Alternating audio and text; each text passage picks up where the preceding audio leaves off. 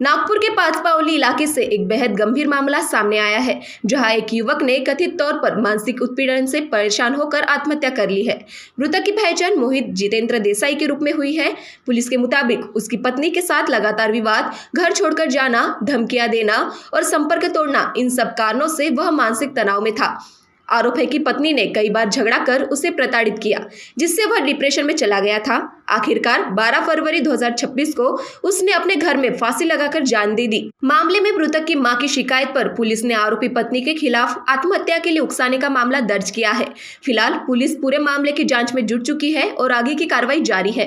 नमस्कार, मी PSI Pramod Dhoble, police Thane Kalamna. आमच्याकडे तपासावा असणारा अपक्रमांक 429/26 कलम 109(1)(3)(5) भारतीय न्याय संहिता नमूद गुन्हा घडला असून दाखल अधिकारी API तानाजी गावणे यांनी नमूद गुन्हा दाखल केला असून नमूद गुन्ह्याची थोडक्यात हकीकत अशी आहे की फिर्यादी हा कळमना मार्केट बाहेरील सुलतान दालच्या इथे बसला होता। त्यावेळेस त्याचा मित्र, पूर्वीचा मित्र, नमूद गुन्ह्यातील आरोपी हे सुलतान दालच्या दुकानासमोर आले असता तुझे आरोपी व फिर्यादी, आरोपीची पत्नी व फिर्यादी यांचे प्रेम संबंध आहे अशा वादावरून आरोपी आणि फिर्यादीला चाकूने मारण्याचा प्रयत्न केला। नमूद गुन्ह्यात फिर्यादीला वाचवण्याकरता त्याचा मित्र जखमी नामे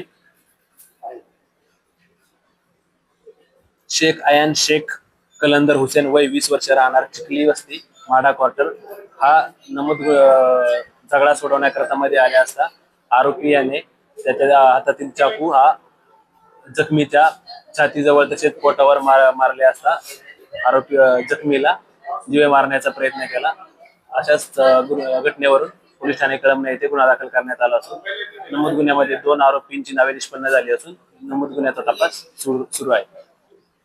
ब्युरो रिपोर्ट NTV 24।